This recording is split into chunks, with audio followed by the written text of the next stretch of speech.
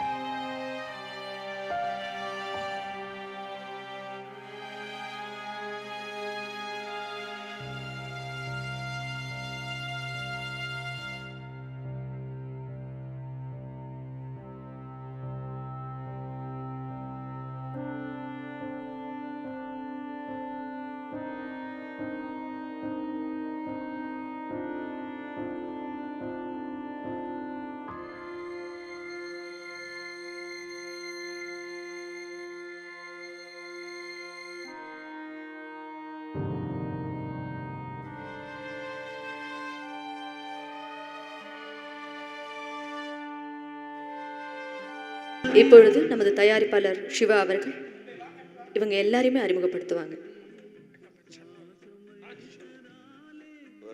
சோத்ராஜ் கேப்டனுடைய 40 வருடமாக அவருடைய மேக்கப் மேனாக இருந்தவர். கேப்டன் மிக அதிக உரிமை எடுத்து எல்லா விதமான விளையாட்டுகளையும் இவர் கூட தான் விளையாடுவார். இவரை அன்பால் அவர் பண்ண டார்ச்சர் கொஞ்சம் நஞ்சம் இல்லை. அப்படி ஒரு பேரன்பு இவர் மேலே. இவருடைய உடல்நிலை சரியான நேரத்துலையும் எல்லா நேரத்திலையும் கேப்டன் இவர் விசாரிக்கும் இவர் பார்க்குறதுமா இருக்கும். மிக அன்புக்குரியவர். ராஜேந்திரன் அதே 40 வருடத்துக்கு மேலாக அவருடைய காஸ்டியூமர். சண்முகம் அவருடைய மேக்கப் மேன், அவர் கூடவே இருப்பார். சுப்பையா அவருடைய நிழல். கேப்டன் வாழ்க்கையில் அதிகமாக உச்சரித்த பெயரில் அவர் சினிமா வாழ்க்கை முழுவதுக்குமாக சுப்பையான்ற பேர் தான் அதிகமாக உச்சரிக்கப்பட்ட பெயர். இவங்கெல்லாம் எப்படி அவரோடு இருந்தாங்கன்னா அது நம்ம கற்பனையே பண்ண முடியாத அளவுக்கு நெருக்கமாகவும் அன்போடும் உறவோடும் இருந்தவங்க. அவங்க இந்த மேடையில் உங்களை எல்லோரும் முன்னாடி அவங்களை இன்னொரு முறை அவங்களுக்கு அந்த கௌரவத்தை கொடுக்குறதுல எனக்கு நன்றி.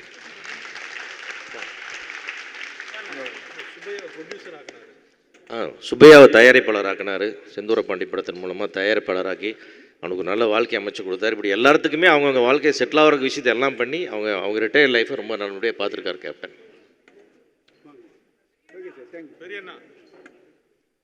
மன்னிக்கவும் பெரியண்ணா.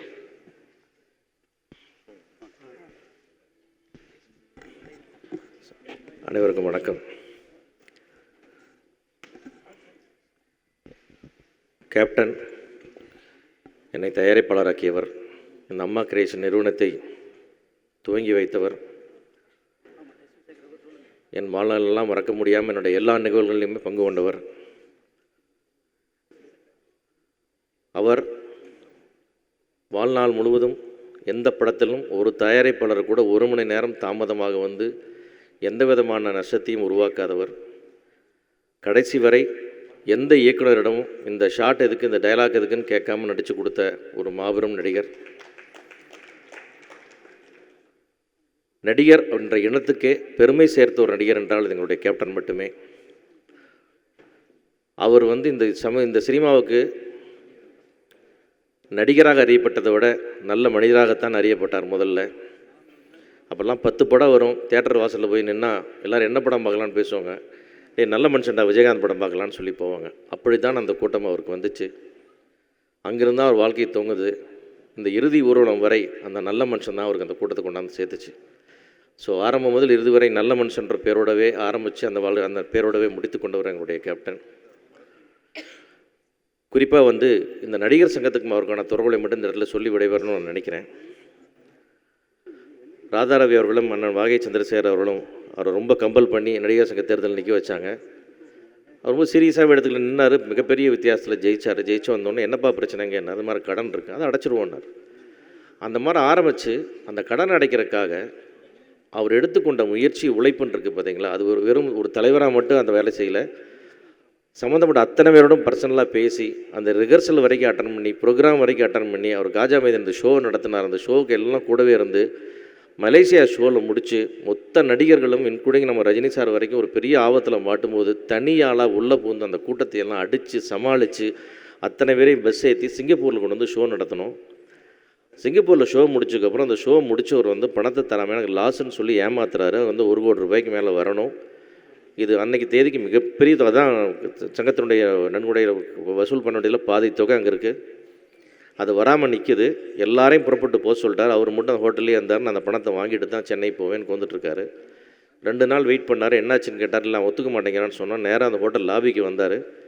வந்து அந்த யார் ஏமாத்துறான்னு வந்து அவர் 5 நிமிஷம் பேசி பார்த்தாரு. அவன் ரொம்ப திமிராக பேசிக்கிட்டே இருந்தான். அப்படியே சட்டையோடு பிடிச்சி தூக்கி செவுத்து மேலே தூக்கி நான் சாத்தினார். ஒரே ஒரு சாத்து. ஏண்டா நாங்கள் இத்தனை பேர் வந்து ராத்திரி மகளமாக பாடுபட்டு உழைச்சி கொண்டாருவோம், நீ ஏமாற்றிட்டு போயிருவியா காசேன்னு கேட்டார். அவன் கதர்னாடே மிஸ்டர் விஜயகாந்த் சுற்றிலும் பாருங்கள் சிசிடிவி கேமராவுக்கு போலீஸ் பார்த்தா என்ன தெரியுமான்னு கேட்டான். டே திருடுறவனுக்கே போலீஸ் வரும்னா நான் கண்டுபிடிச்சவன்டா எனக்கு எவ்வளோ போலீஸ் வரும்னு சொல்லி திருப்பி ஒரு 4 சாத்து உட்கார வச்சு எழுதி வாங்கி அத்தனை பணத்தையும் வசூல் பண்ணி அங்கேருந்து கொண்டு வந்து கடனை அடைத்தவர் கேப்டன்.